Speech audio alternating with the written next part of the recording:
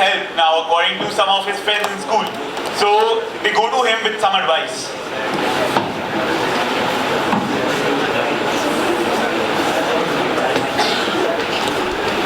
ये क्या हुआ तुझे? ना आंखें लाल लाल दिख रही है तेरी? ना हल्का क्या हो गया? कुछ नहीं। क्या हुआ है? पहले से बहुत चेंज हो गया है तू? नहीं बस ऐसे ही आजकल बस। कुछ कर रहा है क्या? नहीं ऐसा कुछ नहीं। कुछ ले हो रहा है क्या? नहीं ऐसा कुछ नहीं, सिगरेट ले रहा हूँ। ठीक है ठीक है? ठीक है तेरे लिए? हाँ कैसा था कैसा हो गया? ये स्ट्रेस रिलीव करती है बेटा, इससे इस लाइफ पर बात करती है बेटा। नहीं नहीं इससे कुछ नहीं होता। होता है ना, लाइफ खराब होती है, पूरी लाइफ तेरी डिस्ट्रॉय हो जाएगी। पेरेंट्स क्या कहेंगे तेरे?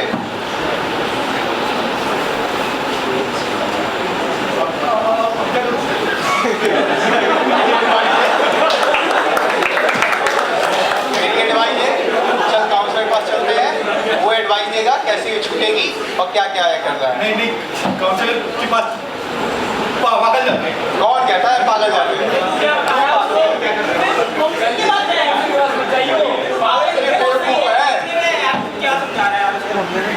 तू क्या समझा रहा है उसको?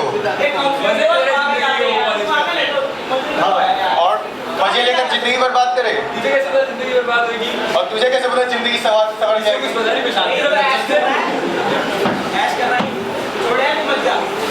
नहीं मेरी बात काउंसलर पास चलते हैं, एडवाइस लेंगे, सब ठीक हो जाएगा। लेकिन लोग मुझे पागल कहेंगे। नहीं कहेंगे, नो नो नहीं ऐसा कोई नहीं कहेगा।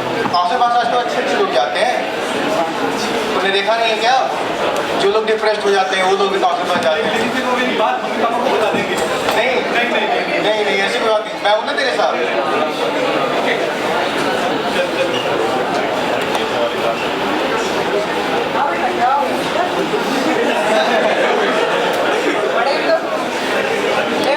क्या हो गया बेटा?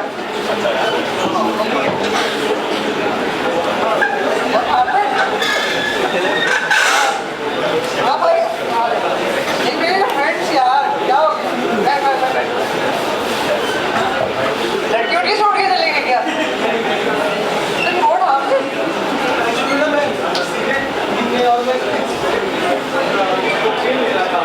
तो मेरे फ्रेंड्स कह रहे थे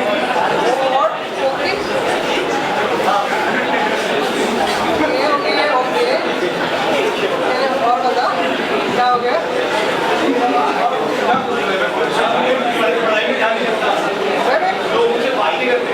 लत तो नहीं लगी, कितने दिन से चल रहा है? देख भाई, गलती सबसे होती है। तूने सही किया मेरे पास आ गया, लेकिन ये your friend, there's no stigma to going to counselor. देख, yeah, even I was a young one. Like even in our campus, there didn't used to be any counselors. हमारे पास कोई सपोर्ट नहीं रहता था। लाइक गलतियाँ सबसे होती है, सबसे ज़्यादा गलतियाँ की है यार। तो like you can leave addiction. It will be like hard, but you can leave. मैंने बहुत ट्राई किया लेकिन वो छूटती नहीं है, हर बार मन करता है। हर बार मन करता है।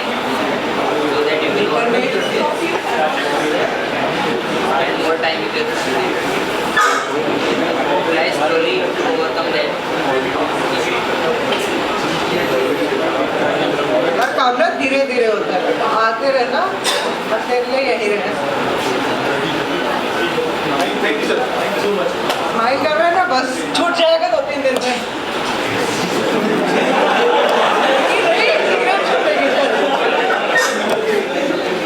आज मेरे को दूसरा रोल खिलाते हैं, इस बार वो रोल नहीं, 3 रोल खाना।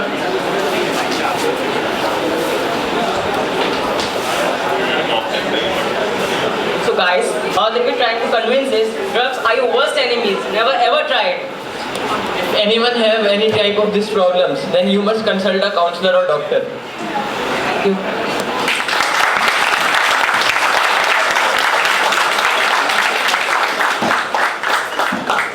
Thank you so much. So, because we don't have much time, so we just go ahead with these 2 groups and won't take any more groups. Thank you so much.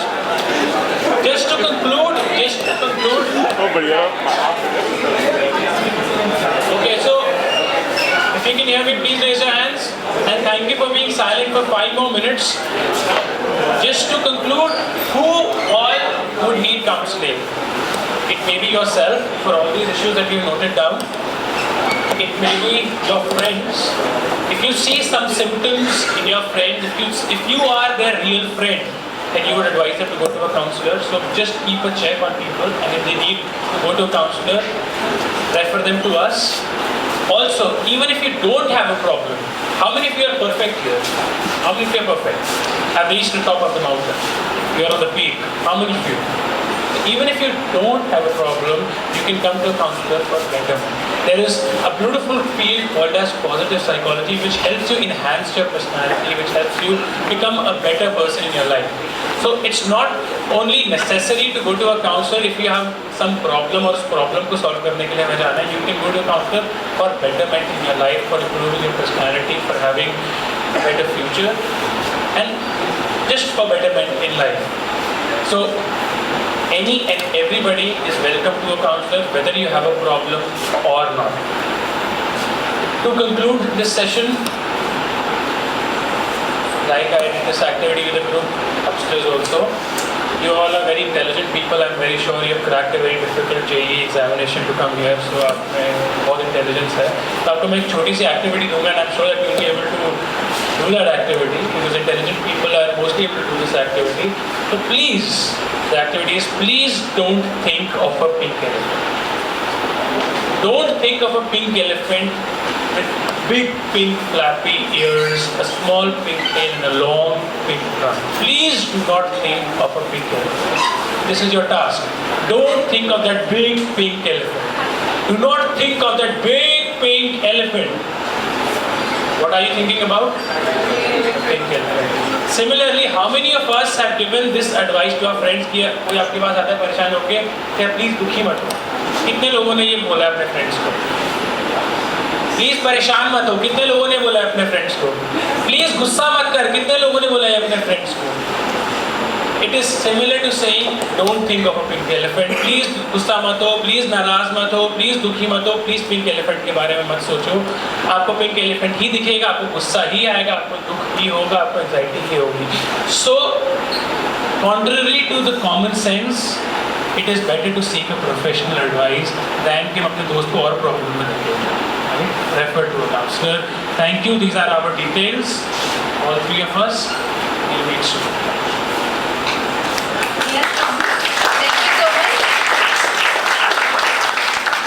Once again, I'll just say one last thing. There are options. Yes, one-on-one you can meet us. All three of us, Akshay sir comes on Monday, Wednesdays and Fridays. We told you in the beginning. Pushpinder sir is there all days, and I'm there on Wednesdays and Saturdays. Apart from that, yes, our mail IDs and the numbers are here. It's on the website also. You can talk to us via WhatsApp in case you don't feel like coming and talking one-on-one at times, or maybe late in the night, early in the morning you're feeling upset or disturbed or something. So that is also the time you can send a WhatsApp or send a mail. Many people do that. In fact, most students do that as well. So that is another option to interact with us, right?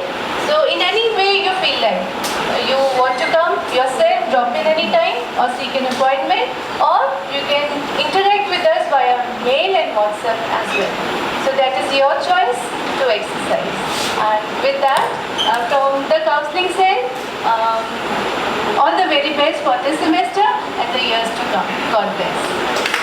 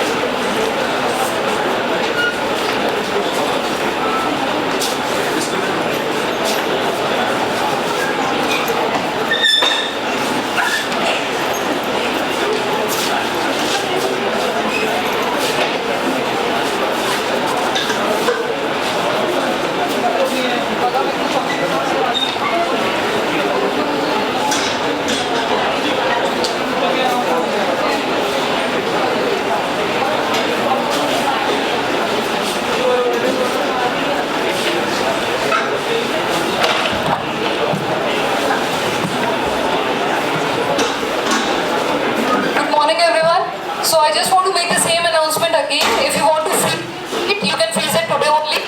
Tomorrow there won't be any chance for freezing the seat. In case you are not freezing, and we will be running any upgradation at the time of spot conversion of seats, your seat might get upgraded. Fine? So clear that you need to freeze your seat today only if you want that.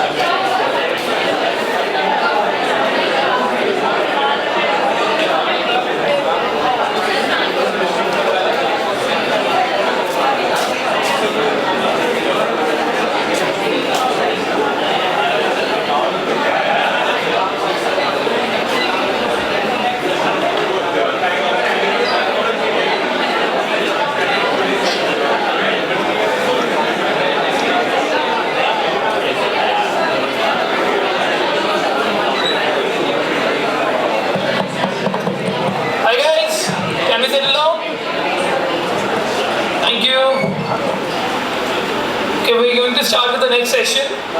It's going to be a panel discussion for shaping your career path. So please be attentive and please ask as many questions as you can, because they are a set of very reputed and very experienced people, and they can really help you out.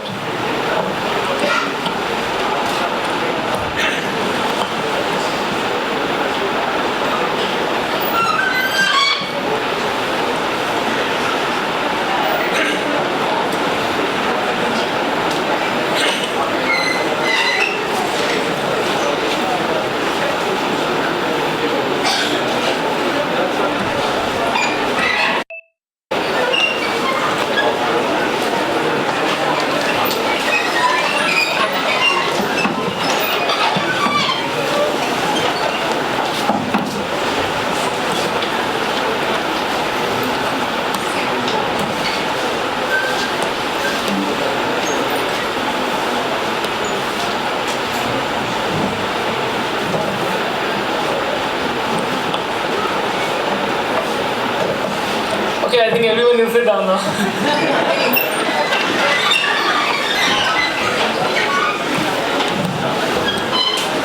Okay, welcome everyone. We are going to start with today's session. It's going to be a panel discussion on your career, shaping your career paths. We have a set of very experienced panelists today. I'll just introduce everyone to you. Today we have with us Dr. Naresh Chand Gupta. He's the CEO and inventor at AccuraCap. He was previously a promoter at the same firm, and he served as VP of Print and Publications Business Unit and Managing Director of Adobe in his 10-year career at Adobe from 2005 to 15. His research is in the area of image processing, and everyone please give a huge round of applause.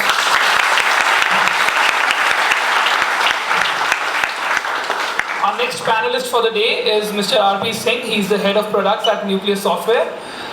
He is responsible for evolving the product lines to deliver enhanced business solutions to customers. He was also head for global delivery, where he has implemented and supported Nucleus products across leading global and regional financial institutes in nearly 50 different countries.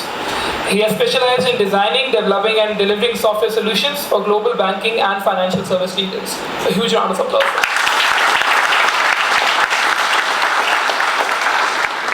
Next panelist for the day is Dr. Kaushik Saha, Director of Samsung R&D. Dr. Saha is currently the Director of Systems R&D Division at Samsung Research Labs. He was previously working in ST Microelectronics.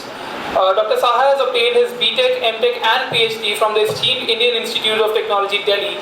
His research interests are in the area of advanced processor architectures and parallel algorithms, and architectures for digital signal processing applications. He also holds various patents and has extensive publications.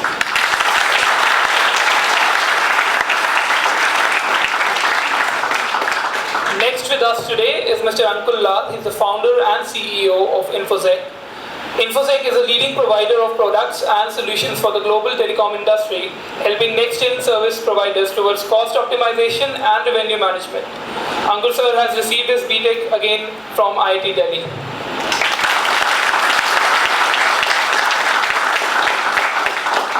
Our final panelist for the day is Mr. Manish Mittal, Managing Principal at Axtria.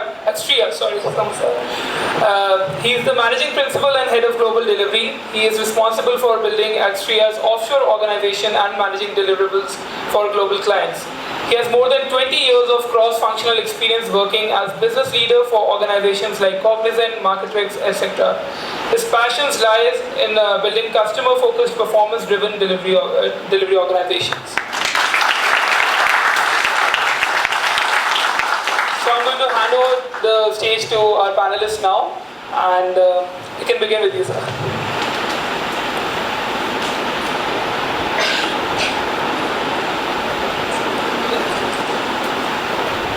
Good morning.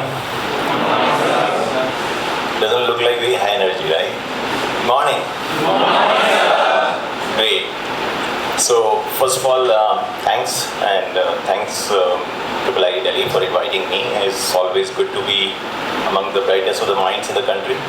So thanks for that, and first of all, congratulations to all of you guys to doing well in academics and making to IIIT Delhi. I know it's one of the finest institutes, and I can say it a little bit with more conviction because we have a lot of people, your alumni is working for us next year, and I know what kind of contribution they are making.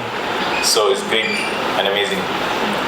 Now coming back to myself and my story, what I can tell you guys, I can tell you in short is that like you guys about 30 years or so back in mid-80s, you can imagine the country's economy size was almost 1% of today's IT industry. So there was a time when, like many of you guys decided to take JEE, went to IIT, happened to do mechanical engineering not by choice, but more by the rank in the college because everybody was taking that. But in the hindsight, I think, I only knew that mechanical engineering is good because it's offer you vast opportunities. I can make up my mind later on. So I think overall, I think, I did that, I had some great time there, made some good friends. And in the initial 10 years of my career, I can say I was a lot more in exploratory phase. I tried many things. I worked as a design engineer, working and designing some very high stuff, radar and communication equipments, worked for a public sector organization to a very large French multinational organization. I worked and designed some products, I designed systems, I designed some of the manufacturing locations, built some supply chains. Now, during all these processes and unique experiences, what I realized after that time that what I'm good at. And it took me some time. I also did my MBA during this period. What I realized was that what is helping me is that first of all, I was learning. In all these opportunities, I was giving myself enough time to work in these organizations to make it and build something, and then see a sense of accomplishment. But I also realized that during all these periods, what really helped me was ability to build systems, processes, and work with people. And above all, I could see that the kind of value system and work ethics which has helped me build the trust of the people that I'm working with and the relationship that you build. Now, as I was going along with this, I'm talking about, by now it was early 2000, .com boom was coming up. There was a close friend of mine who was trying to open up a company in US and looking for some help in India. Again, great relationship with him because he was my batchmate, we were together. So much so that, we happened to be in the mechanical engineering. I was opening rank, he was a closing rank. And by the time we passed out, we were very close together towards the end of the batch. So it was a great friendship that we had, so I was a bit reluctant to join him in the beginning. But, I glad that I took the decision. I happened to work with him in the data analytics space. We built up a great organization way back in, when data analytics was not even heard of. There was no skills available in India at that point of time. There was no product knowledge per se available at that point of time. I know there were companies like the Dish company, Nado, and all over there, but still very little product knowledge in early 2000. So we built them, great capabilities there, became part of Cognizant, sold our company. Great learning experience again, because Cognizant was a much larger organization, very complementary to our business, very, very different culture, but still growing at a very fast pace. That allows, especially for someone like me, to understand how a scalable organization can be built. And learning from all that, and then we just realized that data analytics is just a huge, huge potential. So again, friends came together, started another venture called Extria. So 6-year-old doing some great work. Probably the fastest growing company in the space. Already about 1,000 people. Really enjoying myself. I would only say in summary is that my learning from all this is, I didn't reflect upon it till the time I was asked to come here. I can only say that I think in the end, I didn't have any goals set for my life. I was not looking at long-term view, but I was good at generally learning new things, working with people, building trust, and of course had some kind of a good value system. and really good and grabbing the opportunities and coming the way. So this is my learning. I would urge all of you to really have a great time. This is probably the best time you have in your life. Make some good friends, enjoy, and in the process, do some studies as well. Thank you.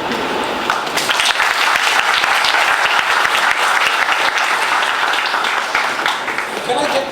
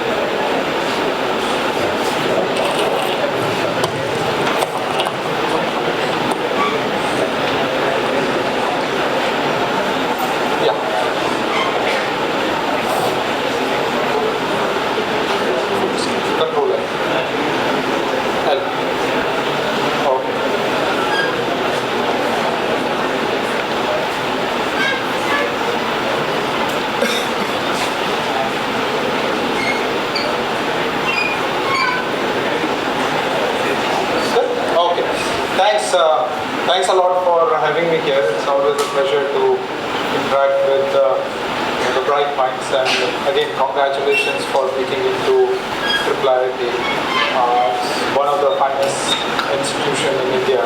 And Director Pankaj and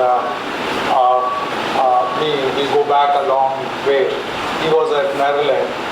He was a professor, and I had just joined Maryland as a graduate student, and that was 1988.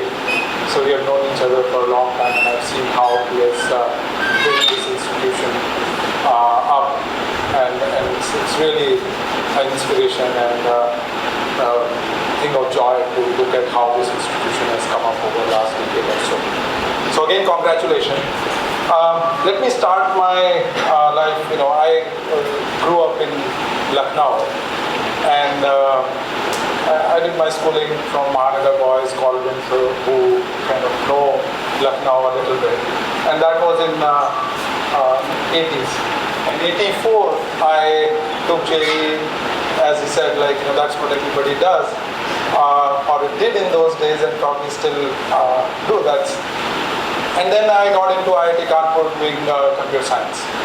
So I finished my computer science from Kanpur in IIT-D, and then went off to US to do my master's and PhD. And that's what everybody does, or at least in my batch everybody did. We were 15 in computer science in Kanpur, and out of 15, 14 of us ended up in US for our PhD, and 13 actually did finish our PhD. So in a way that was that was the norm for what we were doing. And I actually didn't go there for PhD. I wanted to do this master's and do a job, and I did that. But after working for 2-3 months, I realized that that still leaves too much time for me. So I went back to college and was doing my PhD and working full time in those days. And luckily for me, I was in the same area as where University of Maryland College Park was. So that way it was easier for me to do both my PhD and my job full time. And I worked there for 5 years, finished my PhD, and Then decided that I should go into some larger company, joined Adobe in 1996, an Adobe Research Lab, and joined Adobe in 96. And that was in Seattle. Moved to San Jose in 97, and 97 I decided I need to come back. And somehow was able to convince Adobe to let me come to India and start the research lab here. But pretty soon we expanded the charter, not just from research lab, but to a broad-based development center. And I relocated to India just 20 years back in 1997 June and started the Adobe Center here. And I was there till 2 years back. And that's when I thought that I should do my own startup, and we did AccuraCap. AccuraCap is a fintech company. We develop technology and AI systems to enable investment in the public capital market. And that's what I run and manage and promoted 3 years back. So that's a kind of a nutshell of what I've been doing. But let me just kind of try to capture some of the lessons that I've learned over a period of time. Now, my first key lesson that I learned was when I was pretty young, probably like 6, 7. And this was one of the Diwalis, and if you most of you probably know what Diwali is, and when you celebrate Diwali, you will see this kind of symbol or drawing often enough. And what do you see here? What do you see here? Just a simple Shubh. Right? What do you make out of it? What's that? Positivity. That's great. What else? Happiness. That's also good. So, but this is where I learned my first lesson of life, and that's something that has stayed with me, and in my view has been a key determinant of what I've done in my life. So when I was like 6 or 7, we were drawing this Shubh Labh, and I come from a Baniya, and for us Diwali is a big thing, and we write the Shubh Labh 20 places in our house on that day. I asked my father what it is and why do we write Shubh Labh.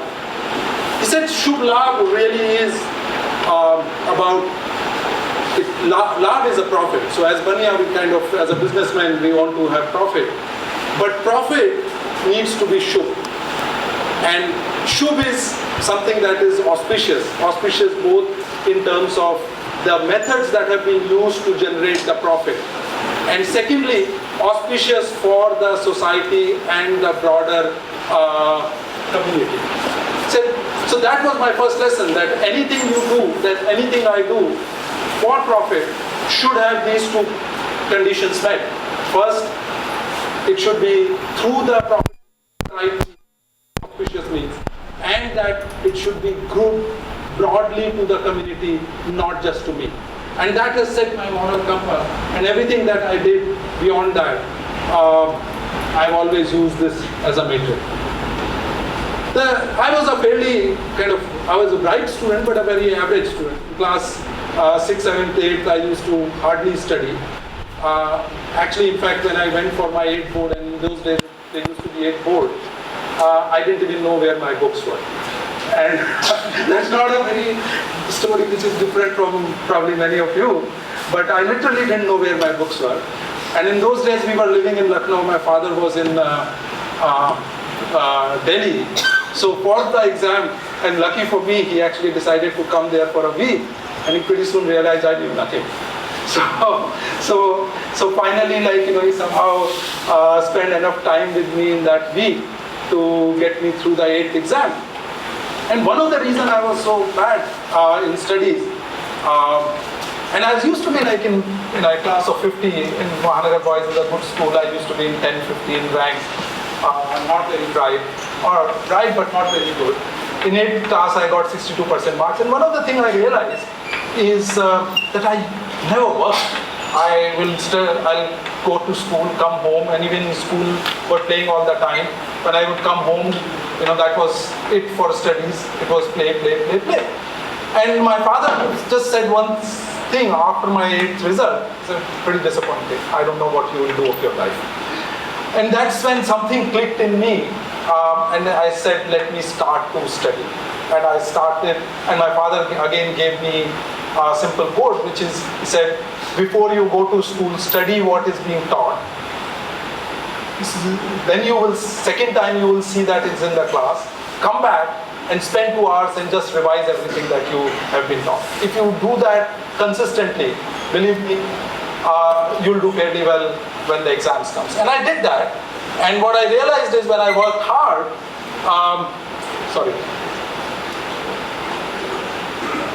when I worked hard, actually the results started to show.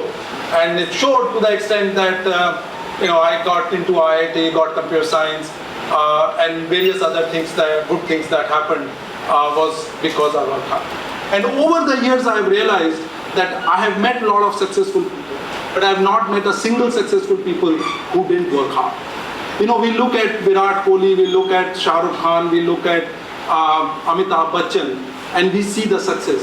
But what we don't see is the hours and hours of practice and hard work that has gone in the success that these guys have achieved. I mean, when I look at Sundar Pichai, my CEO Shantanu Narayan, the kind of hard work these guys have put in and the people put in to be successful is quite amazing. So never ever assume that success comes without hard work. It's almost always the precondition, and every time you will work hard, you will see that you actually become lucky and start to find ways to be successful. The third big lesson that I learned as I was growing up is, I come again from a business family. My mama used to run a garment factory back in Aligarh. And once summer, that was summer of class 7th and 8th, holiday, I spent 3 months at my garment factory. And after that, and that garment factory actually turned out to be MBA for me. That's where I learned all my business. And throughout life after that, I've run business, started business, ran global businesses, running into multi-$100 million businesses. Never felt a need that I didn't know business. And the reason is because the 3 months that I spent in that garment factory, I understood about labor management, I learned about bill of material, I learned about customer management, how you project your brand to the customer, how you project your challenges and motivate your labor force, and so on. And the reason I tell you this is not that you guys will spend time at garment factory, some of you may, but that learning can happen anywhere and everywhere.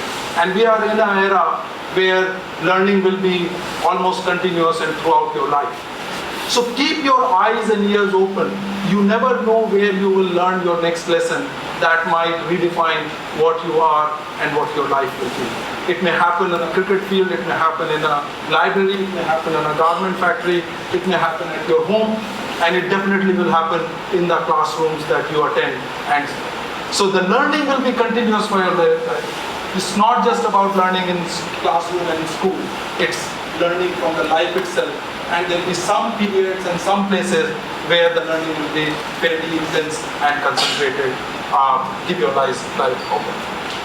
Now, after I did my IIT, and that was very simple and smooth.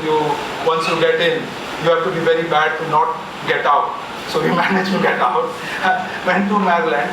And I said, after a year, I decided to join the company, and unfortunately my advisor had a company. It was a very special kind of company. These are called Beltway Bandit. We were 15 PhDs, all working on really kind of high-end stuff.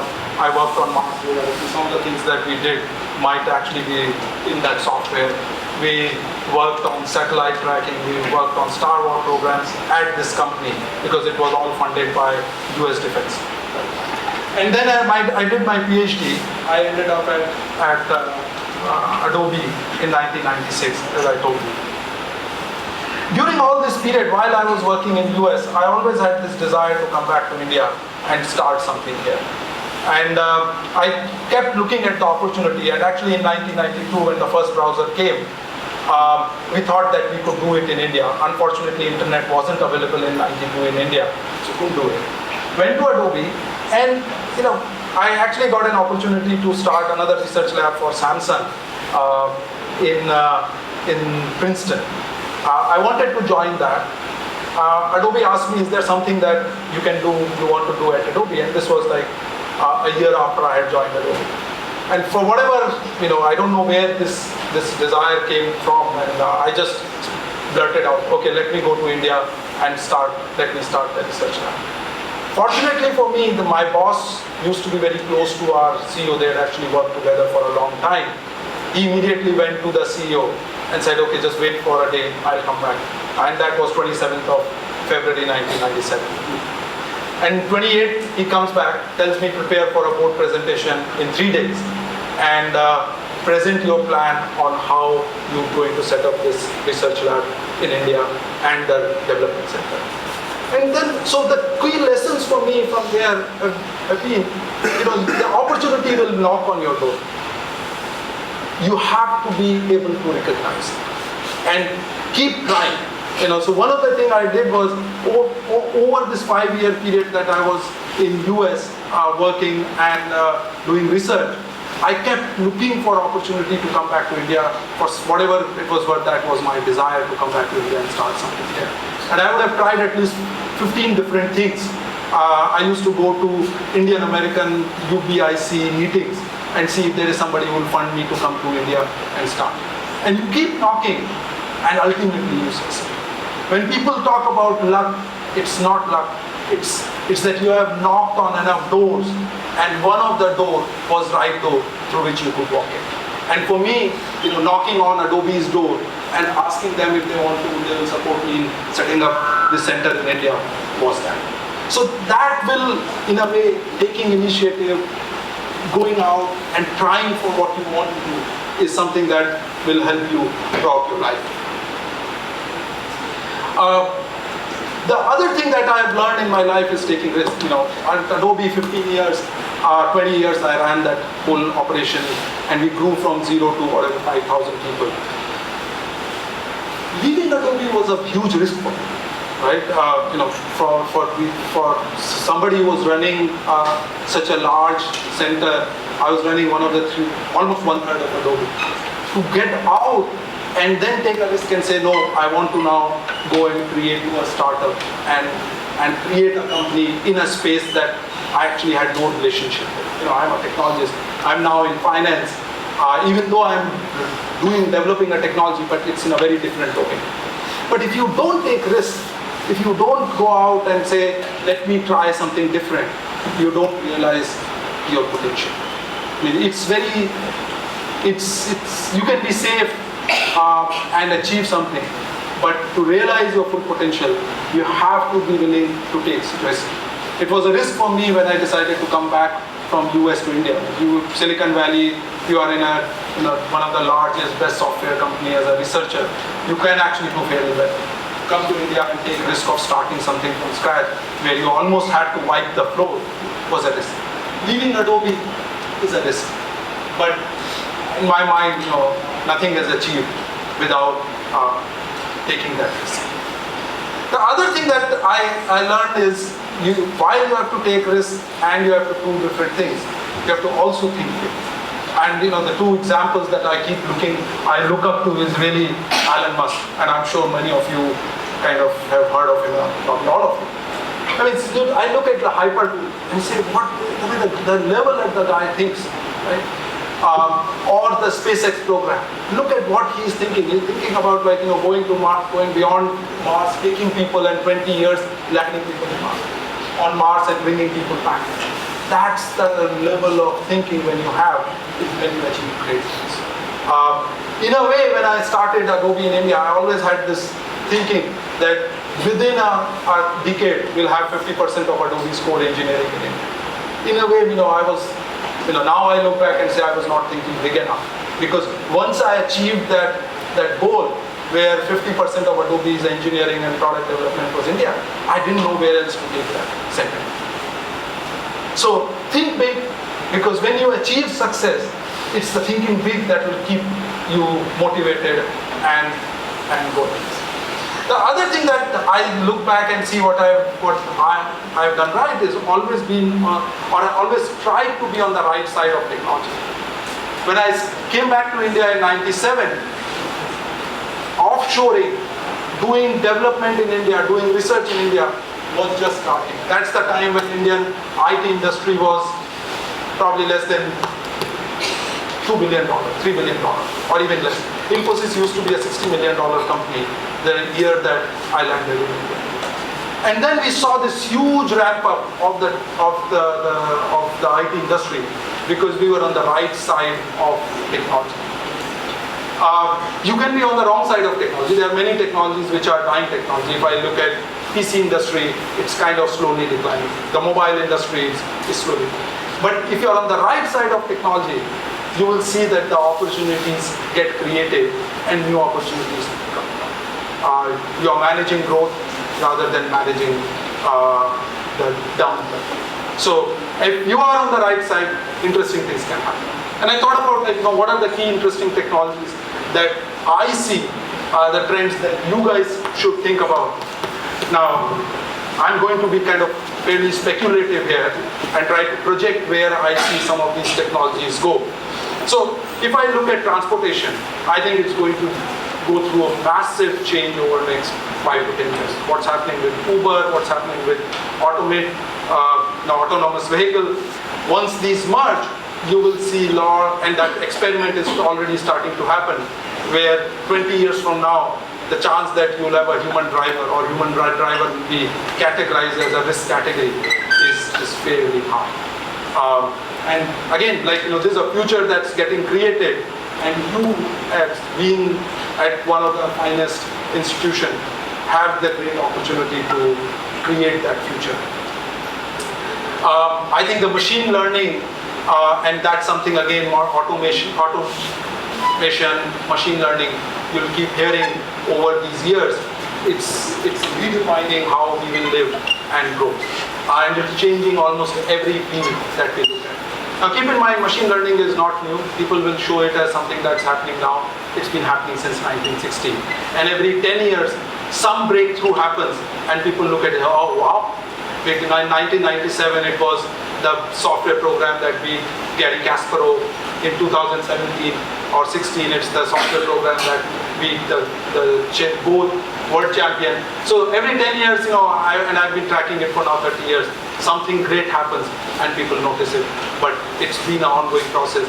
It's just duplicating human mind or beating human mind takes a lot of effort, and that's what we are doing. But I think education is going to change. The way I'm kind of speaking to you and you will go through education is probably not very different from what people used to learn 5,000 years back. It's different in the sense you use a lot of computers and all that, but still it's basically the same. And I think that's going to go through a lot of change in both assessment and how to impart training. Medicine is already undergoing change. Today, if you want your X-ray examined, actually you will get a better result if you are examined by a Watson computer than on an average doctor. Obviously, good doctors are still better, but these machines are health governance, how to govern, how to create policies. Again, machine learning technologies will help. Finance, we are one part of it, but again, finance is something that you will see undergo massive change. The other area that is evolving very fast is electric vehicle, and that's because what's happening in the power tech, in the electric motor technology as well as battery. Tesla is one example. We see the innovation that's happening in electric vehicle almost daily on every street in India now with these e-rickshaw or tuk-tuk. It's a massive innovation that's happening. And my projection is that 10-15 years from now, it will be hard to find a car that runs on petrol and combustion engine. Personalized medicine, because of what's happening in genetics, we are starting to create medicine that is targeted at particular genotype and particular phenotype. And what we will see is 20 years from now or sometime in the future, doctors are going to create medicines targeted at particular genotype. And related to that is what's happening in longevity. The average life expectancy has been going up. When India got independent, our average life expectancy was 37. When Alexander invaded India, average life expectancy was 22. Right now, average life expectancy in India is 67, 68, 69, 70, somewhere in that. And in Japan and China, it's in the late 80s. I think the first person who will live till 150 is born. And all of you, as you plan your life, think what you will do if you have to live 100 plus 150. And that's going to happen because of all the advances that are happening in medicine, healthcare, organ regeneration. The 3D printed kidneys and liver have actually been transplanted in mice, and they produce urine and all the good things that your liver does. So over time, the longevity is going to go up, and people have to think more how they are going to manage their life if the average life expectancy is.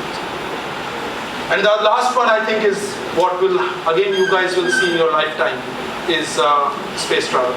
What Elon Musk is doing is, I think he will succeed sooner or later, or somebody will succeed in sending people to Mars, us colonizing Mars and going beyond. It's such a great time to be in college because there is so much happening in the technology space. Every sphere of what we are is changing.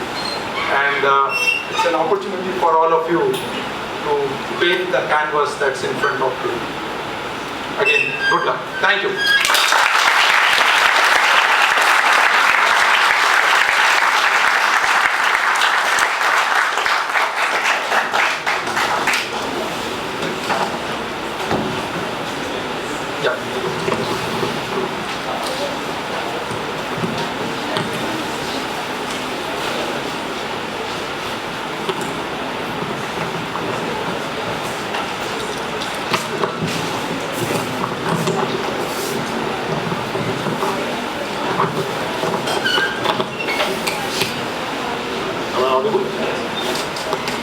Right at the back?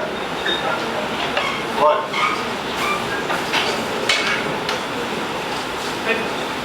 So I will finish in precisely 7 minutes. Good morning, ladies and gentlemen. Please accept heartiest congratulations on the culmination of your efforts and sleepless nights, hard work and sleepless nights for many years on having secured admission to this prestigious institute. My name is Kaushik Sahab. I am actually my profile that is shown here is not quite the most recent one. At this moment, I am the Chief Technology Officer, CTO, of Samsung R&D India. Right? So, as a part of my responsibilities, one of my responsibilities is to set up the roadmap of our research center and all other research centers in India to be specifically to topics and subjects that are specifically geared towards the Indian technology ecosystem and Indian market. I will not talk, my industrial career is about 22-23 years, and most things were too far back in time to be of any interest to you. Maybe they would be interesting if they were made part of a film like Mohenjo-daro or something, but not any more interesting. So let us talk about you, who are supposed to be the carriers of the future, of the technical and technological future of this country. And I will choose to shower wisdom on you about what you ought to be doing. Right?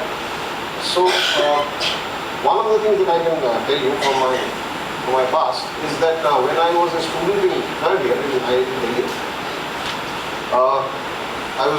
we were being taught a course called the electrical machines or electromechanical energy conversion.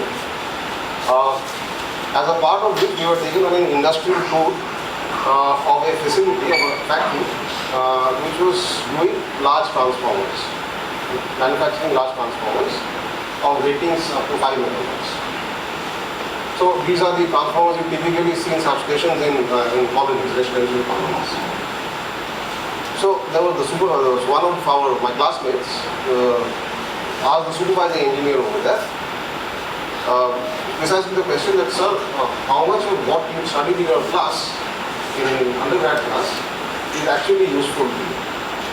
And the answer that came from that gentleman was that almost 0%, which was a very pathetic thing in the Indian industry in those days, about a quarter of a century ago. So students, bright students like yourselves, got hardly any opportunities to exercise the knowledge that they gained in their classrooms and apply it with the tools devised by their intelligence. But fortunately, I happened to join the industry at the inflection point when this scenario was changing. So various transnational corporations were coming in, were investing in India, not just in regular manufacturing, but also in R&D. And fortunately, my first company was also doing advanced R&D. So that particular company was dealing with semiconductors. So my profile was kind of built up over and around semiconductor design as well as embedded systems. So I have a kind of dual profile. That being the case, we were exposed to some fairly high technology courtesy of our foreign French and our European counterparts, and whereby we were exposed to the frontiers, the expanding frontiers of technology, and we were able to put the theory that we had learned in our class and our research labs to practice. And there were products and services that were built using the theory that we studied in our textbooks. So, the long and the short of it is, of this diatribe, is that the landscape of industry has changed from what it used to be quite some time back. That being the case, there is ample opportunity for all of you to exercise your knowledge and your intelligence in the industry. Right. So this is the point, the first point I wanted to establish. So industrial work is not running. Now typically industrial work in the electronics and the software industry can be divided into 4 main streams. The first one is advanced R&D, research, which is typically researching and working on a product or a service which will become commercially profitable or viable in 3 to 5 years time. Right? And then you have the regular commercialization work, which means you are working on the product that will be going out in the market within 6 months or maybe 3 months by Diwali or Christmas or whatever. Then there is the productization work. That means solving all the problems of the products that you have already made and shipped and people have been buying. Right? And finally there is quality assurance. So every product that you make or every R&D effort that you make has to go through some quality check steps so that certain standards are maintained. These may be international standards or internal standards. Now please understand that you can start none of these jobs is inferior to anyone. Right? So you may be very excited by the thought of doing advanced R&D right from the beginning. But please understand that we will be doing advanced R&D on a certain thing that has to be sold to the market. So you have to understand your product first. And the best way to understand your product is to actually see the field problems that are faced by the product and debug them. So please understand that even if you are a field engineer, it is not inferior work. It will give you a great opportunity to learn and understand and innovate in your later life. No, I do not subscribe to the thesis that advanced research and innovation can be done from the first. You have to build up a background in the product. Look at the Samsung phone. Don't look at the iPhone. We will shoot them one of these days and maybe acquire the company. But look at any phone of this sort. It is an assembly or a conglomerate of extremely advanced software whose manifestation you see, but have you ever considered the packaging itself? How much thought, analysis and knowledge is gone into just designing the box that contains this, right? So every aspect of the product is important. So no part of software or electronics or services engineering is inferior to any other, and there are ample learning opportunities, especially in transnational scenario, that you will be exposed to. The thing that you must do, and this is because the landscape, the technology landscape of India has changed very dramatically in the last, say, 6-7 years, is because of the government's drive towards things like, one, Digital India. Everybody knows Digital India. Right? Number 2, Make for India. And number 3, startups in India. Right? So the government and various industrial associations have been working very aggressively to push and take advantage of these 3 initiatives. There are obviously various ramifications of these initiatives. For example, Digital India becomes smart city, smart transport, smart environment control, etc., etc. So each of them is exciting. But please, in your career, while you are studying, in your academic career, please keep track of Digital India very carefully. Please know every initiative of the government and the industry associations in this domain.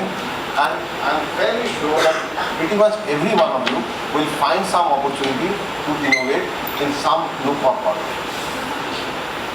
Today, if you look at any supply chain or R&D flow, there will be many gaps in all Indian industries, and these gaps are filled by our other suppliers from China, from South America, from Eastern Europe, etc.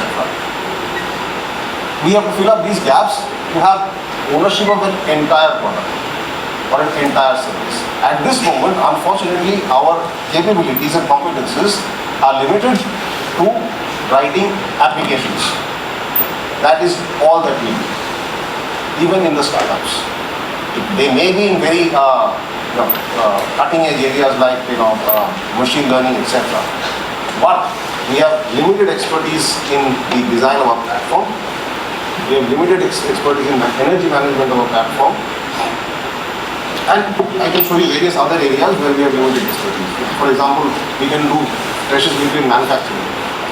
What I'm trying to say is if we limit ourselves to writing applications in middleware, then sooner or later, which is basically a programming job, then sooner or later, there are other intelligent people in other parts of Asia, for example Vietnam or Philippines, who will catch up very soon with us and kick us out of the market. This is an impending, let's say, prediction of things. So please develop expertise in things other than applications. Right? So there are things like nanotechnology, there are things like so many things. Energy management. So I'm sure you'll find out for yourself. But please do not confine yourself to programming and software applications. Software engineering. Right? There are many nooks and crannies and niches where you will find technological gaps which need to be addressed for the service of India and make some money in the process. I think I'm more or less exhausted my 7 minutes. No, I have a minute. So if anybody would like to ask a question within this 1 minute, I'll field it. Oh, wonderful. In which case, thank you very much for your patience. And I thank myself. No, you thank me for sticking to the time.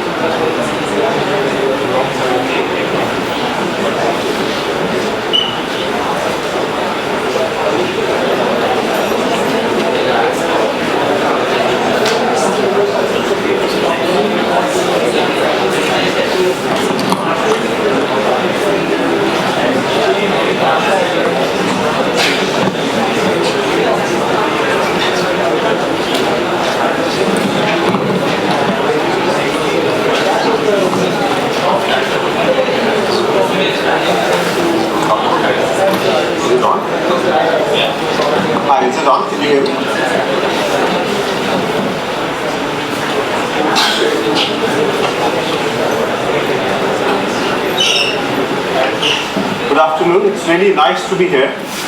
And what I was thinking was what I'm going to share with you. One of the things I thought I should share with you is my journey and what I wished I knew when I was sitting like you 30 years ago, right? So just to share a little bit about myself, I was in college in IIT back in '86, which is a little over 30 years ago. And at that time, I believed at the rate of inflation, writing a JEE was probably 10 times easier. And getting a rank was probably 10 times easier, right? So we didn't have all this coaching. So congratulations to each one of you. I think what you've done is amazing. And I think that each year the inflation which IIT goes through is amazing, right? And it becomes more and more. So what I'll share with you is 3 stories I have, 3 principles you would already know about, but how I related to it and how they helped me navigate my life as I went through it, right?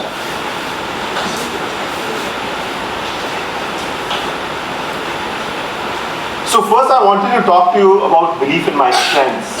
And talking of belief in my strengths, I want to tell you a little bit about myself. I grew up in Delhi. I lived in Bengali Market in central Delhi. And most of my early schooling was at Silvan Public School in Rajendra Nagar. Now as a grade 8 student, it dawned on me first time that kuch karna hai. And there was enough peer pressure, there were enough moms, dads, aunties, uncles, friends telling, tum to kuch nahi karoge. And then it dawned on me that the school you go to, no one has got into IIT for a number of years. Right? Even the best section hasn't got through IIT, and I was in a mediocre section. I was a really mediocre student, like 50-60%. I would scrape through in Hindi, not take Sanskrit, saying, take it, not take it, what to do. So I had really hard choices to make. But somehow or the other, something what my parents said, my siblings told me, something else happened, that I said, let me focus and see what will come of it. And I truly didn't believe in myself, right? So what was it? It was a dreaded IIT JEE.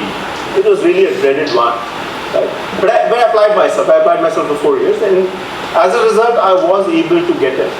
Right? And I thought that was the end of the world. That I had gained academic success. You couldn't do better than that. I did not believe myself. I will make it to IIT Delhi. I did. I did not count on getting electrical engineering at IIT Delhi. I did. Right? And I thought it was the end of the world. Whatever you had to do in your life, you had accomplished. Right? And now you could just party, have fun, do everything else. And there was a lot of people talking to each other saying, oh, you made it to IIT, you made it to IIT, fantastic. And then in that something else happened, right? Somebody spoke, quite shy boy, right? So we are celebrating, but one of the aunts or the uncles or the friends say, quite shy boy, and I couldn't take it, right? I couldn't take it, the quite shy boy, right? And for the first time I looked up the dictionary, Google Thani, introvert kya hota hai? Introvert. He's an introvert. Then I kept figuring out, kisse puchu? I was quite shy, I couldn't ask anybody, right? And then I figured out I had another mountain to climb. Life, it wasn't the end of life. Right? So now, I had to shift gears in a way which was far more difficult. It wasn't that easy because it involved a behavior change. It wasn't about academic success. It wasn't me sitting in a room learning, figuring it out. Right? And introvert was a bad word. Right? I couldn't be an introvert. I couldn't live with it internally. Externally I was very pleased, but internally I couldn't live with it. I said, no, badalne. So 20 साल मैंने उसको मेहनत करी. Right? After 20 years, can you guess what happened? I had started talking to people, I had started engaging with people. I wasn't all that bad. Can you guess what happened 20 years later? Anyone?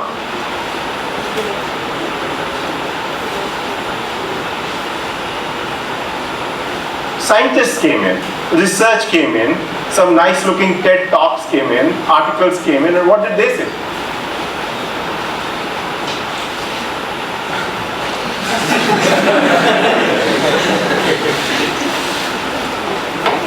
It wasn't all that bad. ठीक है यार, तू भी हमारे जैसा. So, what I'm saying is, did I believe in my strengths or did I not? if I had believed in my strengths, IIT would have been so dreaded. Right? Introvert wouldn't have been that bad. So saying that I believe in my strength is easy, but if it takes you 20 years to figure it out, and if you have been to IIT and it still takes you 20 years to figure it out, that's too bad. Right? So that's what happened. But then I figured out it's not all that bad to be an introvert. So now I had a double personality. Right? I didn't know whether introvert is good or bad. I actually made an enemy of myself within, saying introversion is really bad. But it wasn't all that bad. So one of the key things which you have to figure out is do not go by one point of view. Right? I'm telling you a personal story. This is only my point of view. It's up to you to take it up or not. Right? So you need to reflect. You need to give yourself space, figure it out, and then figure it out what is right. There is no one right answer. Right?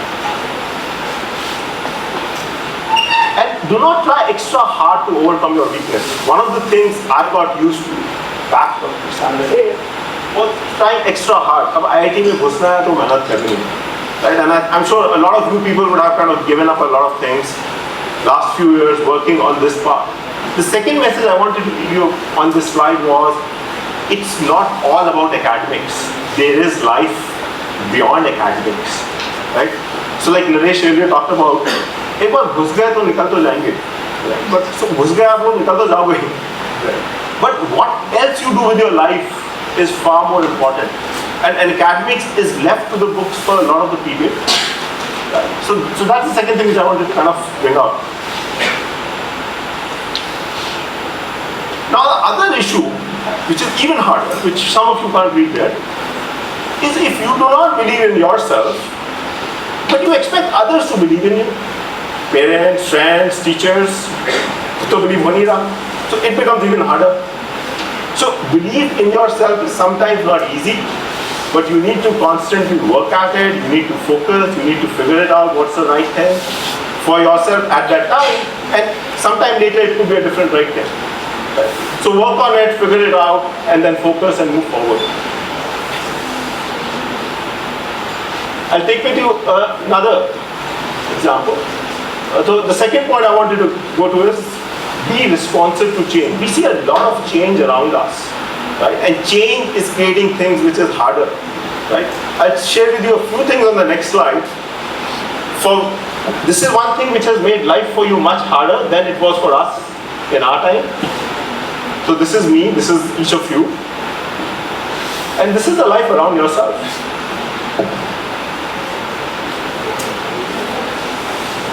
Can all of you see what's on there, or you can't see what's on there? Let me read it out for you. So the thing in yellow is Facebook and WhatsApp. The logo is not there, otherwise you would have figured it out from there as well. Then there are neighbors. Let me see what else is there. There is college, there is guitar, there is football, there is work, there is school. So there are a lot of distractions you have all the time, right? There are a lot of choices you have to make, right? It's not one choice.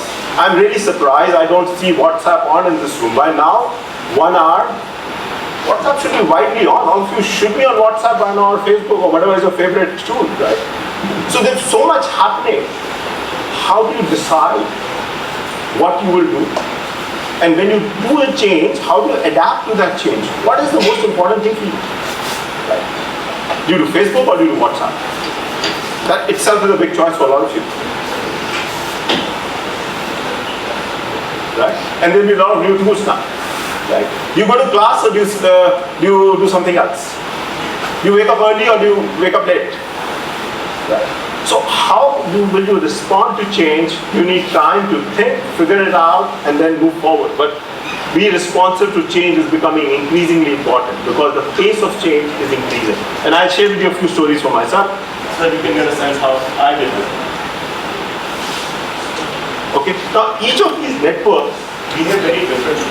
Each of these networks has different things. Your family is different attributes. If you're at work, it's different attributes. Friends, it's different attributes. Now, with each of the networks, how will you engage, how will you work is something which is very critical. And it's important to see what Darwin says in this respect, right? Until I figured this out, I thought Darwin only said the most intelligent, the fittest survive. Right? I didn't know it was the most adaptable, but we are hitting an age where it is really about adaptability. Right? And for me, when I came out of IIT, because of choices, because of incidents happening, I ended up being an entrepreneur. I never thought I will be an entrepreneur till I became one. And I started working on it. And as I went through my entrepreneurship in my early years, and even to a much later extent, I would often have this issue कि company build करनी है या software problem solve करना है. जब भी software problem solve करना है वो बहुत exciting लगता था, वही करते थे. Now we also build up a division which would actually help send people from India to the US, because a lot of Indians were going to the US in the early 90s, and we were doing that and it was doing very well. Now I had a choice either to do that or do software development, and I chose software development.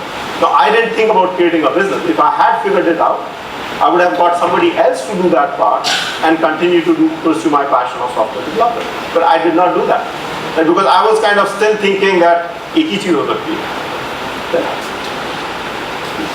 So the rules of success for academics works well, but the rules of success from entrepreneurship are very, very different. And how do you deal with that? How do you learn those?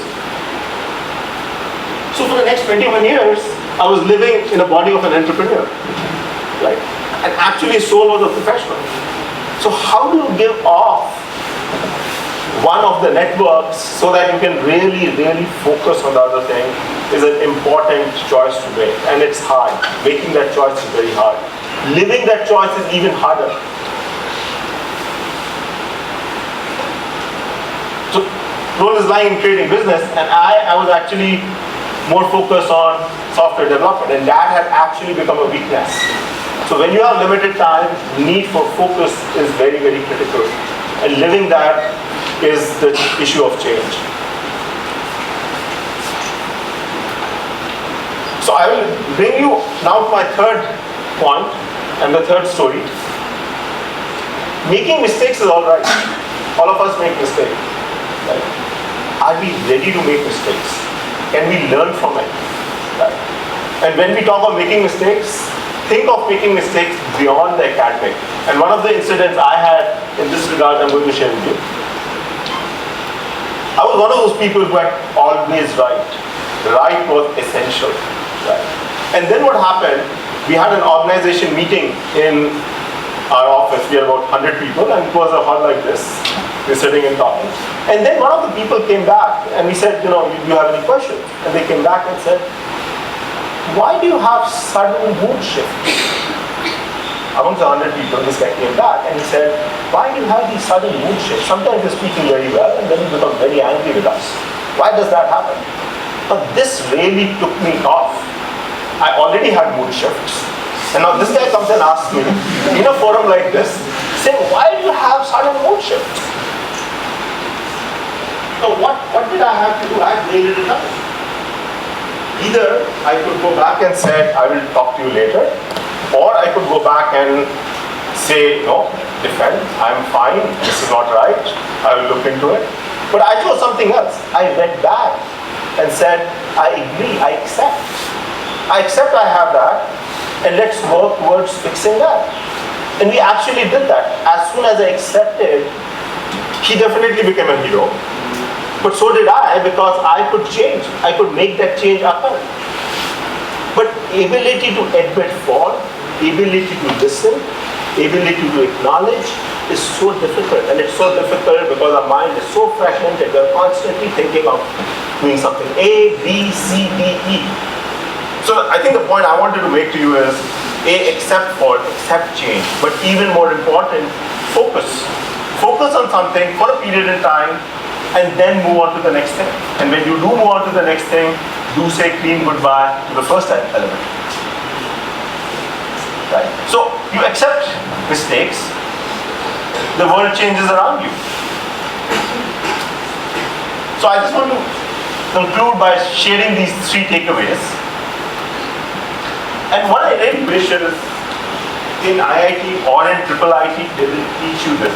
I guarantee you, when you go out of this college 4 years later, you wouldn't be taught this, right? And this is what experience is about. You learn from your mistakes, right? So believe in yourself. Keep patting yourself. When nobody else pats you, you're the person out there patting yourself, right? And you would be making some of those hard choices. I'm not sure if you, your parents, your siblings, your friends are aligned that you're sitting here. Some of them probably want you in a different college, in a different place. ऐसा कुछ है? Anybody? Out there still figuring out, right? So, if you're not sure, you have to be sure yourself. Be responsive to change. And finally, learn from the mistakes you make. Thank you.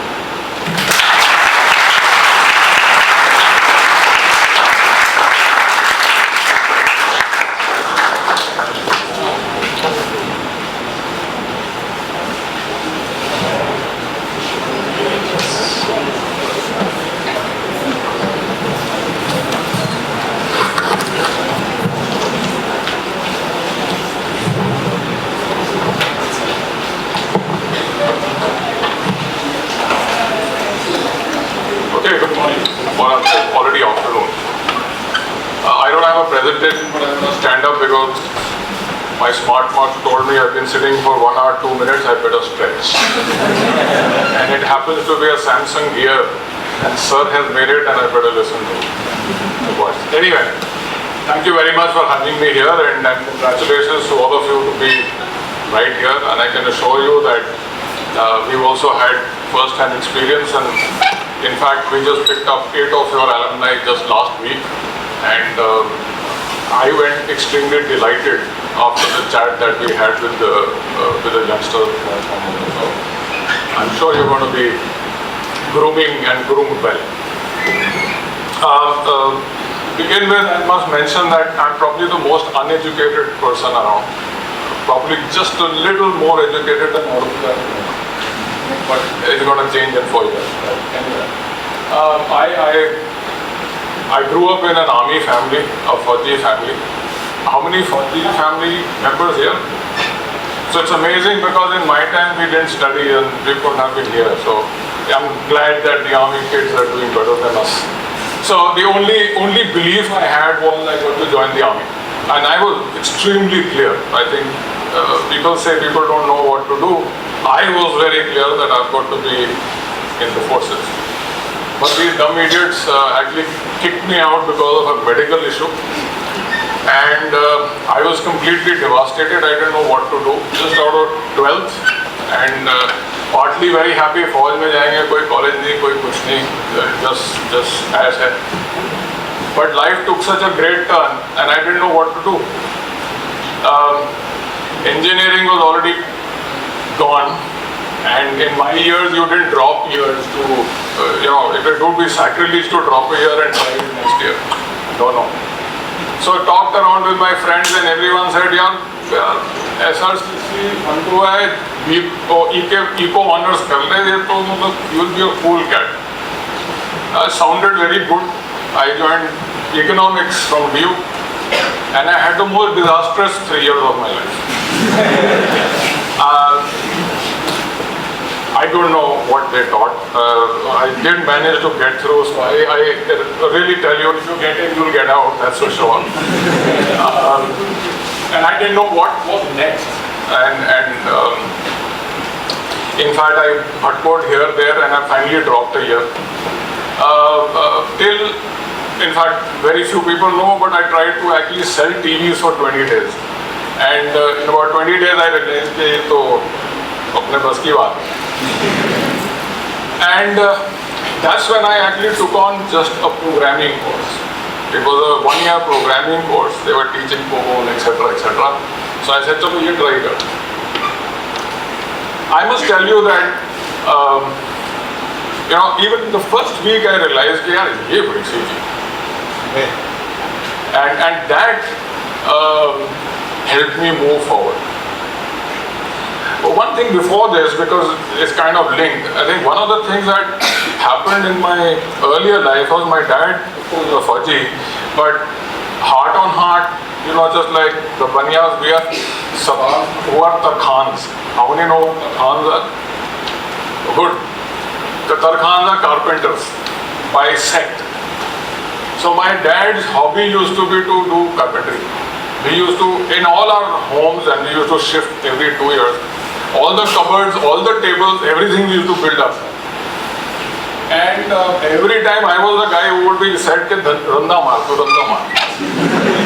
So I used to make Randa maar Murke would prepare the whole thing, and he would look at it, and he'll come after that, look at it, and say, Idhar kyun nahi mara? And my answer was, Idhar kisko pata chalega? And his response was, mujhe to pata hai na. I said, yaar kya? I think over a period of time it kind of sunk in. I like hated that thing all through my childhood. But I think later I realized that eventually you maro the randa on the other side for yourself. You do finishing of your work for yourself, not for anyone else. And this realization came much, much later. And it kind of got reinforced when I got into computer programming, started learning computers, started enjoying it. And then I went into the company I started with. I was the 10th person to join the team. And I've been there for 31 years now. I know I look young, but I've been there for 31 years. But I think the biggest first learning I got, and it helped the first few years, was you need to be passionate about what you do. You need to love what you do. And this also comes from a Fauji anecdote where, the Havaldar would say, Fauj mein pahunch gaye ho. So you've got, I hope you will love the work you do. If you're not, then, you have no choice. You've got to love the work you do. No choices. And that is very true. In fact, I was looking at your tags. I would rather wear a tag which says, I am happy pursuing my passion. Now that would be the first most important ingredient. If you can't enjoy what you do, it's very difficult to excel in it. And if you can't excel, then maza karo. Anyway, we moved forward. I think the one of the other key learnings I came, and my education is actually mostly from either my life or actually work at Nucleus. And of course, I've learned a lot of things. I'm going to keep it short with just 3 of them. One being the passion part, and you must enjoy what you do. The second, and if you can't enjoy, either change or force yourself to enjoy. There is no alternative. The second really is opportunities. I think Naresh mentioned about them. Opportunities are going to be all around. The question, and I hear a lot of youngsters saying, "Is company mein to growth opportunity nahi hai." I think the opportunities are all around. They are disguised as problems. They are disguised as challenges. Somebody will say, "यार ये project जो है ना, ये 6 महीने का project है, इसको 4 महीने में करना है यार. Let's figure out." And the guy will say, "यार किसी और को पकड़ा." I'm not going to get into this stuff. Links up to the other comment about risk. You need to take risk. You need to fail. In fact, a lot of people will say the key difference between the US IT industry and the Indian IT industry is US thrives on failures. And I've never been into an interview, but some say that the first question is, how many times have you failed? And I think we are too scared of failing. And that is why we will not grasp an opportunity that comes sailing through our window. We will not take risks. We will just play very safe, spend most of the time on all the other distractions. By the way, I didn't see girls there, and that's a big distraction. You need to grab these opportunities, take the risk. I keep telling them in my company, if you take the risk and fail, what is the worst thing that will happen? You will be kicked out of the company. Big deal. We are lucky we've got so many alternatives in India. You'll get a job. But at least you will not feel bad for yourself that I didn't try something and of course, you've got to try something with all your passion and heart behind it. finally, I think the last is just about learning. I think the industry, the whole thing is changing so fast that we have to keep moving with it. We got to keep learning. Technologies are changing, business models are changing, environments are changing. Just about 3 years back, the India stack did not exist, and we do software for lending processing. And very quickly we just saw Aadhaar coming in with iris identification and biometrics, and very quickly we had to understand that, integrate and move our product into iris identification and stuff like that. And those things move so fast that we have to keep moving and learning as an organization, and of course most importantly as learners. Having said this, I must mention that I probably am the only one who graduated from Harvard Business School at the age of 50. And that is thanks to, of course, the organization and everything, and the will and the sheer interest in learning. So thank you very much. All the best to all of you, and have fun.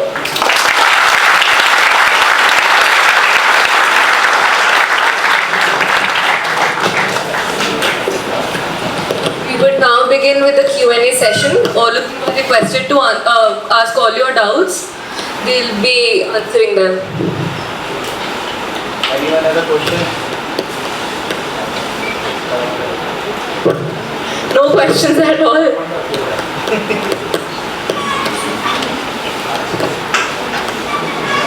Good morning, sir. My name is Arsh Verma. So, sir, you talked about how it's okay to be unsure right now and not know exactly where our life is headed. But sir, being a BTech student in the first year, all I hear from people around me is that we need to start planning, and we need to know what you want to do and prepare. If you want to go towards an MS, start preparing your CV for maybe for a placement right from the second year itself. But sir, what is the right time, or maybe what is the right path to actually decide where your actual interest lies and how you need to work towards that? Because if we don't have an aim, I think it's probably impossible to land up anywhere. So if I can. So I think I can tell you from my experience, and others can share it there as well. I think at this stage, you will always hear these kind of things, and there will be always pressures of this kind, and there's nothing wrong in that. But what I figured it out is that their opportunities are so immense. I think as long as you have the right skills, right learning potential and work ethics, you will not go wrong. So don't worry about that. Don't feel any kind of pressure. Opportunities are immense. Just do and explore. I think you will do right. That's my thing. Sorry, it's a hard one, and I don't think there is a right answer. For different kind of people, the different answer will be right answer.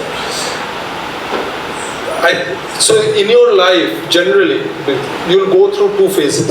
One are exploratory, where you are exploring what to do, and then there will be periods where you will identify what you want to do for some period of time and do that. As long as you tell yourself that, look, I am trying to figure out what to do and it will take me some time, it's okay. But once you figure out, focus and deliver on that. Now, as the specific question you asked, first year, should you be planning for what you want to do fourth year? In my mind, probably a little early, but then who am I? In our days, only in final year, final semester, we thought about what to do next. And now I hear people have to prepare for long. And same thing about JEE. My son is in 9th and he's to prepare for JEE or start preparing for JEE now. Whereas in our days, it was after the 12th board you said, okay, I have to take JEE now, let's start preparing. So things have changed, but still it seems a little early to think about what you'll do in 4 years, because you just don't know enough. Know enough, and then you can start preparing. Thank you. So, First of all, if you're unsure of your career path or path of your life at this stage, it is your business to be unsure. So there's it's actually a job description at this stage. And so far as people telling you about planning your career and your MS or MBA or whatever right from the first year, those are rumors. Don't pay attention to them, right? So the point is, I'll basically try to reinforce what the other two gentlemen have said. You will study a large spectrum of subjects over your 4 years. Sometime, I don't know when it will happen, sometime you will find that you like a particular set of subjects more than any others. You will find that you have more aptitude or you have more potential, or you're able to deal with those particular set of subjects better than any other subject. That is your métier. It is a very difficult thing to identify that, because people go with the flow by sheer herd mentality.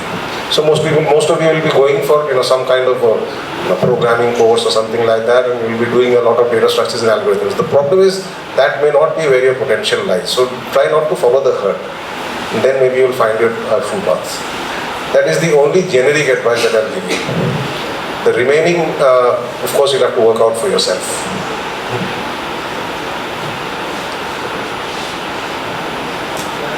So I think I have a slightly different take on it. I think unsure is the only surety. Change is the only constant, right? So there will be changes between now and the 4 years you will traverse. You don't know who the next US president will be. So you don't know your chances of going to America, or some of them will evolve. So, but work on those options, figure those out. But I think the most important message I want to give you is that you need to learn how to choose and live by it. Right? So far the choice was easy. It was an academic choice. Going forward, the boundaries between different fields is getting so blurred. You could do exceptionally well being in civil engineering, or being in textile engineering, or being in arts, or being in an off field, which a field is not so solicited right now. Or you may not do that well if you are top of the class computer science. Right? So you need to figure out where your passion is, go by your passion, go by your will, make a call and go by it. I think simpler, and I think Three Idiots has shown us you can do anything anytime. But I think for the moment you need to at least focus on the course that you picked up and go passionately. I can assure you that once you finish this course, your destiny is still open. I mean, you may not become a doctor, but you can see. Yeah, you can see. You go that. But the options are plenty. In fact, there's a joke saying IIT generates less engineers and more managers. So you never know how it will work. But options are open. You don't worry. Just be passionate and keep a lookout on what is exciting you. What is your interest? And you'll have to push yourself to love something as well. It's not going to be, you're not going to get something that will click like this. But that's it.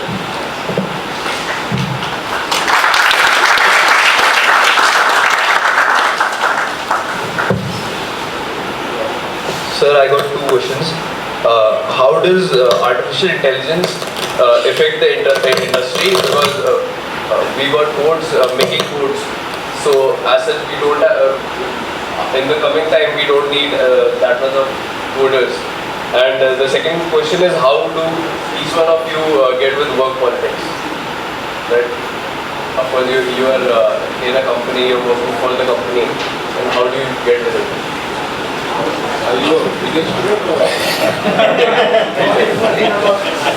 First question, what is that book you're referring to? It's my diary, I'm making notes. I thought it was something. 3 tips for fresher. You don't worry about work politics for the moment. I think the best, and I'm sure it is going to be shared, you focus on doing your job right and enjoying what you're doing. If Ismat is kharab, then you will move on and try it somewhere else. But there are lots of places in this industry where work politics is not as killing as we hear and hear about. I think there's a lot of outstanding organization and a lot of places where opportunities come in. You just focus on your pursuit.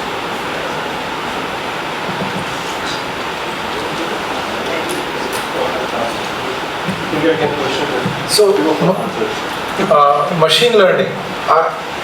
As I said, like it's been there for 60 years, right? The first machine learning started in 1960s at MIT. And when it first started, the researcher thought they could create a vision system in a semester. And then after a semester, they realized it's a harder problem. It probably will take 5 years. And it's now like from 1960s to 2017, 57 years. And we have solved some problem. A lot of them remain. You'll keep hearing that we will create complete, robots which are more intelligent than human soon. I think they're underestimating how long it will take. So that's one. Second, it's a huge opportunity for all of you. I mean, that's what the future will be. So, and that's a future somebody will create. And who better to create that future than you? So go and kind of play in that space. It's true that machine learning, once you train the system enough, they tend to do better than most human beings in many of the structured problem spaces, right? So their vision system that can actually see better than humans in many of the samples and sample databases nowadays. And I think in future we'll see these machine learning systems do better in many areas. And workspace will change based on that. A lot of work that we do today will probably not be required, will be done by machines in 10, 20, 30, 40 years from now. But I can guarantee you new set of work will evolve. Be it in space exploration, be it in creating these machine learning systems, it's just set of work that we can't even imagine right now. And that's happened over the last 200 years. It will happen again. I don't think you should spend too much time worrying about that part. Rather, see how you can contribute to and learn and take advantage of the revolution in a way, or evolution that's happening in front of us. And if I just say with an example, like you talk about automation and the jobs getting into the machine learning and automation. I give a very crude example. I think many of you may not remember, but there used to be a job called a telephone operator that used to be in all telephone exchanges. The only job they used to be that, like, unlike this time you can't call directly, you need to call a telephone operator, they will connect to the right person. And when this automatic switching happened, those jobs went away. But it doesn't mean that the jobs went away, that they were not unemployed. They got different kind of jobs got created. Not many engineering jobs got created. In the process, some reskilling might be required. But technology is one thing.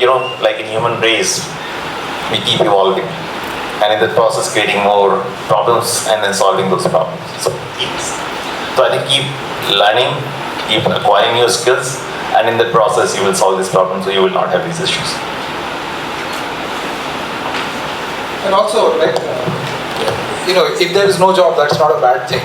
Because sitting on the beach and watching sunset is actually a lot of fun. So enjoy that if you get to it. You should have money in the pocket. If we get to a point, and you raise a very good point, but if we get to a point where there is no work, I can guarantee you there'll be enough material goods for all of us. So either there'll be work, or there'll be enough things that computers will be doing that you won't have to worry about your livelihood. Right? They'll take care of you.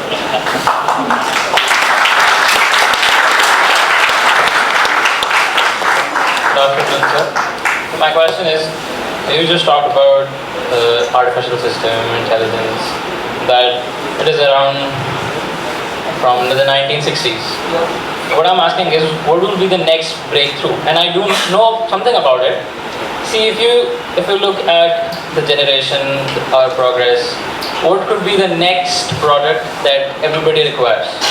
So Actually, let me just answer that, because if I knew that, I'll be richer than Bill Gates. actually, I read something and I do see it as the next breakthrough. It could be the transhumanism and biotechnology, because if you think about it, the next thing the human beings could do is about the genes, the genetic engineering, and transhumanism. People who are born with no arms or they have some sort of an organ failure, 3D printers, of course, they work out, but they're not available yet to the public. So the people who have the synthetic arms, they develop synthetic arms. People are developing synthetic arms, and so if you think about it, what I'm saying is the products which the human beings will eventually need, because of course people want to live more. So what is your take on the biogenetics and the genetic engineering or the products related to human beings, which can enhance us or make us live more or probably fix more diseases?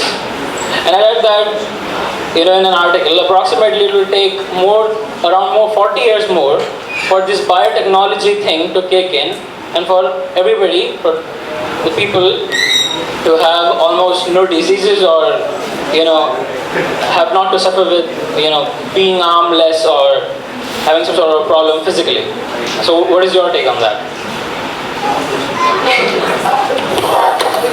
Every area that you mentioned, biogenetics, robotics, engineering, machine learning, integrating biological life with synthetic life, all of that work is happening and will happen. It's also true that quality of life, longevity, health, a lot of it will improve. How much progress we'll make in what period of time is very hard to predict at this point of time. With every new learnings in genetics, what we are finding is there are 10 more unknowns that we encounter. But till 6 months back, we thought CRISPR is the answer to gene editing.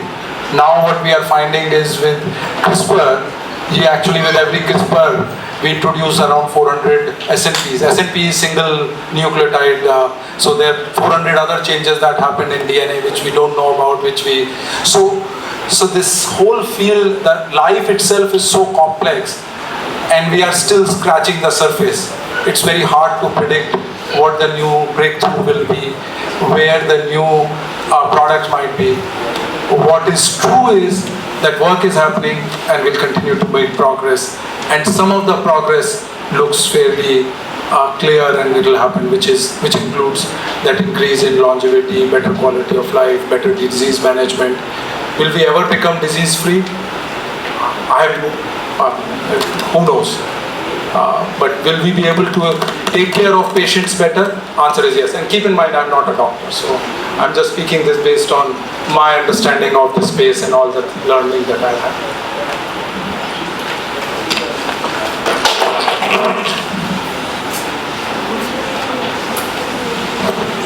So I just wanted to mention that one is the core technology of artificial intelligence, of going into these new algorithms and random forest and all that stuff. The second part, and there's got to be people who are doing research there, the second part still is applying that artificial into value. And that is for the lesser mortals like us. So for instance, if we are into financial services business, it's a question of how artificial intelligence can be brought into either credit rate a person, or foresee whether he's going to make a prepayment, or forecast that he's going to exit. All that is where these have to be applied. So, of course, there are fancy things like autonomous cars and all that stuff. But I think the application of AI is the second area where huge work has to happen. I think it's just scratching the surface.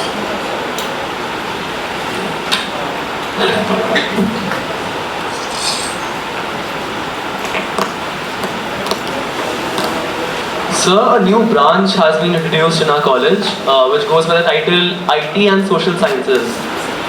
So along with the core courses of IT, we'll also be studying economics, psychology, and sociology. So sir, what do you think are the future prospects of this branch, and is such kind of a skill set required in the IT industry in India and overseas? Yeah, I think that's a great question. It's a very important question in terms of what's happening to the social sciences. I think last 50 years, specifically in India, there's been a lot of progress in the area of STEM. From a social science perspective, there's a lot of work happening right now. Right? I mean, looking at behaviors which the social networks are bringing in, looking at dealing with Facebook, WhatsApp, looking at enterprise social space, right? How do you deal with things? So I think there's a large profession awaiting. It is like under the radar. Like 5 years ago, e-commerce was huge, right? But the logistic companies have just started to happen. Right now, over the last 5 years, each e-commerce company has built up their logistic parts of it. So as of now, you've helped a lot of intelligent people. You're talking AI, you're talking technology. They're getting more and more data, but the mind is still the same. The mind has to respond to it. And that is leading to a lot of work in the psychology and some of the social space, whether it's psychology, philosophy, all of that. It's very hard to say that's going to be an independent space. I believe a lot more innovation is going to happen at the intersection of, say, psychology and computer science, or psychology and life sciences. Right? So a lot of these new areas are coming up at the intersection of old traditional fields. And I believe at least there's a great potential. It's like still undiscovered potential in the social sciences space. That's what my feeling is.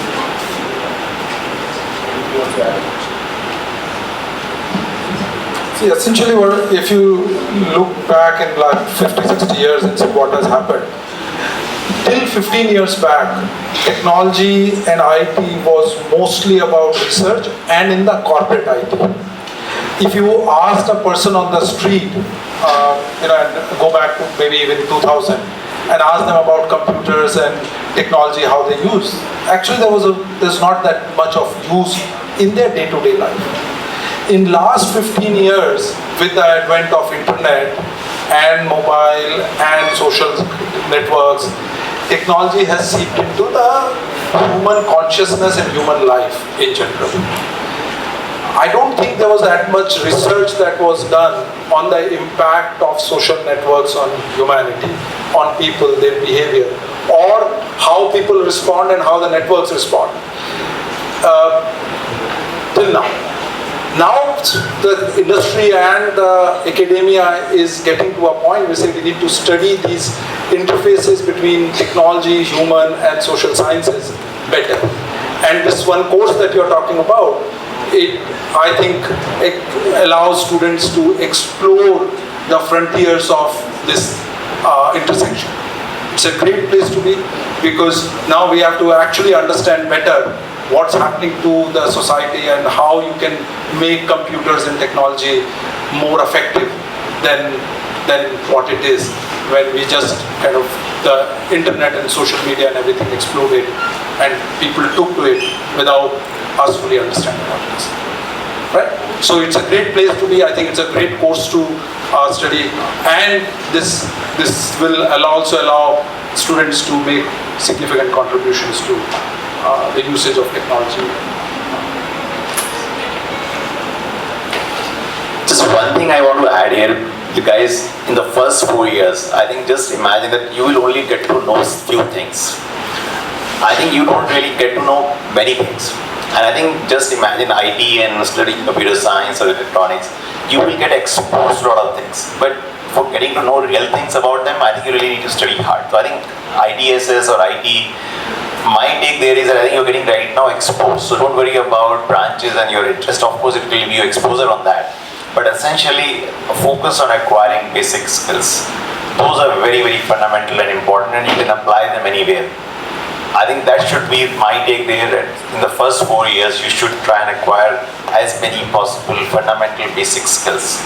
Applications can come later and you can learn them at any point in time, but focus on acquiring fundamental basic skills.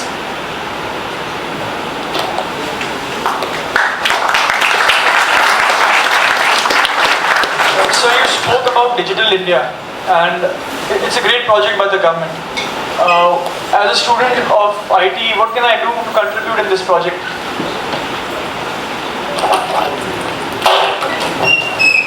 You see, that's the question I was waiting for. So I can say my piece now.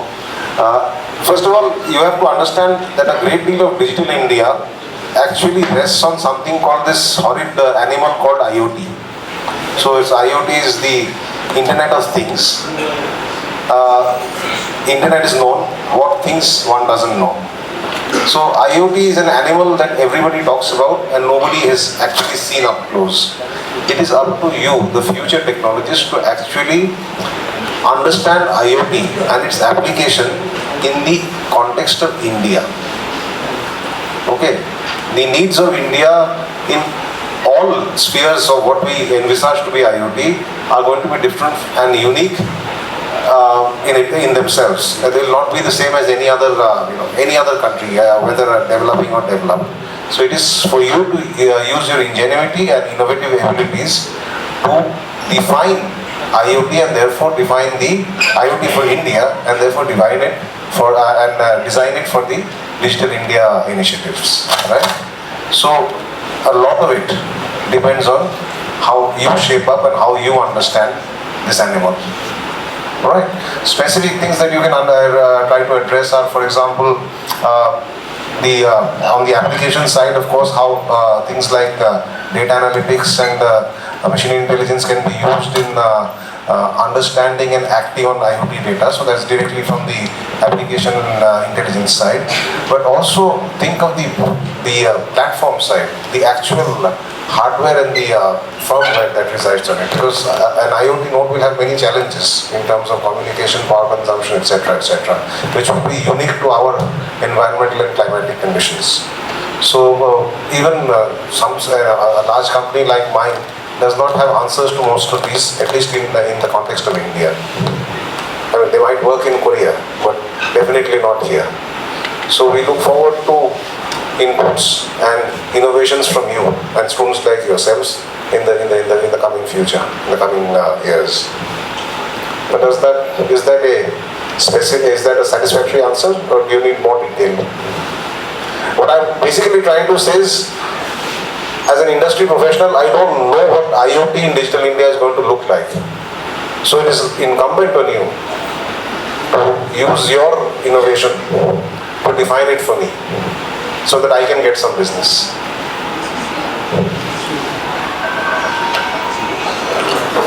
You can take up 2 more questions. So of course on the Digital India, there are a couple of many initiatives. One of course is the smart cities and the IoTs.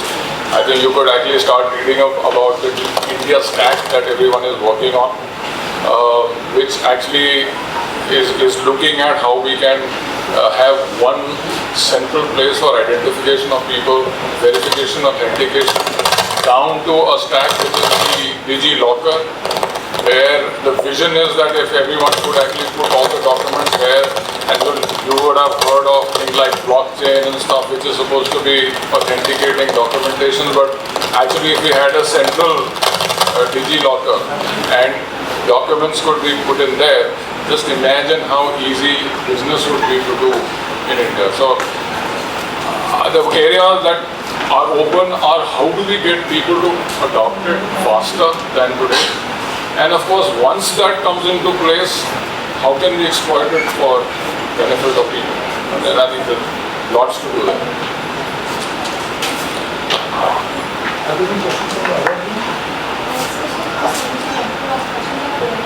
We can ask one more question. So you talked about being on the right side of the technology.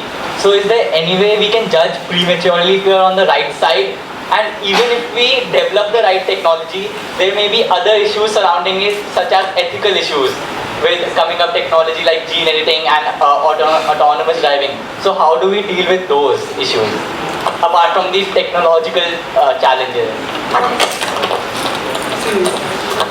The normal distribution generally works here. There are some set of technologies that you know you'll be on the right side. There are some where you know that you probably are on the wrong side. For majority, you have no clue. So I gave you some examples of where I think you can be on the right side of technology, which includes electric vehicle, which includes renewable energy, machine learning, and so on.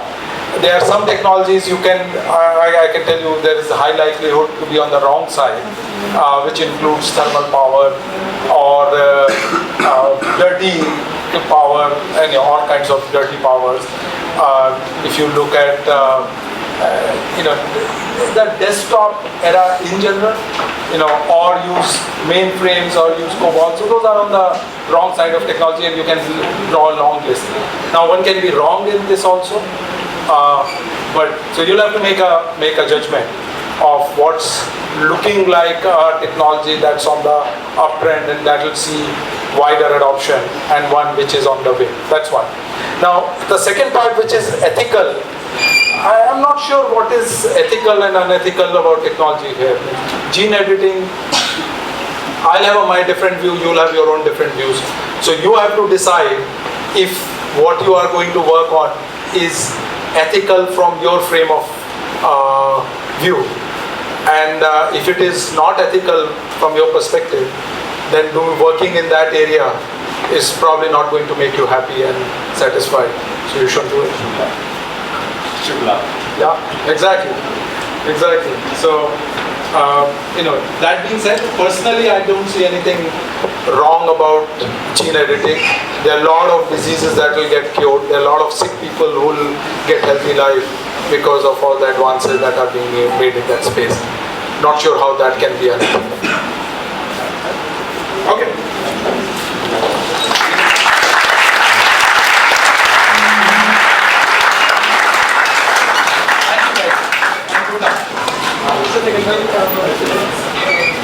Thank you so much, sir, all of you, for coming here and taking out time from your busy schedules.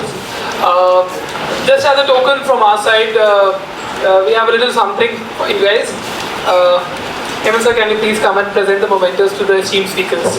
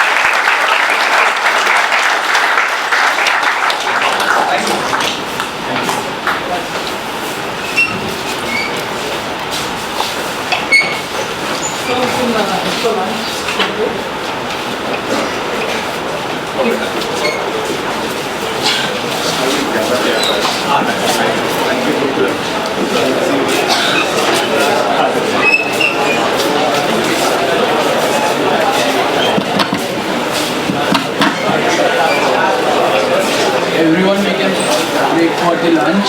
After that you have the team activities. तुम्हें group में पता होगा कि कौन सी किसकी है, और उसके बाद प्रोग्रामिंग सेशन बीटा क्लास में आज सारे।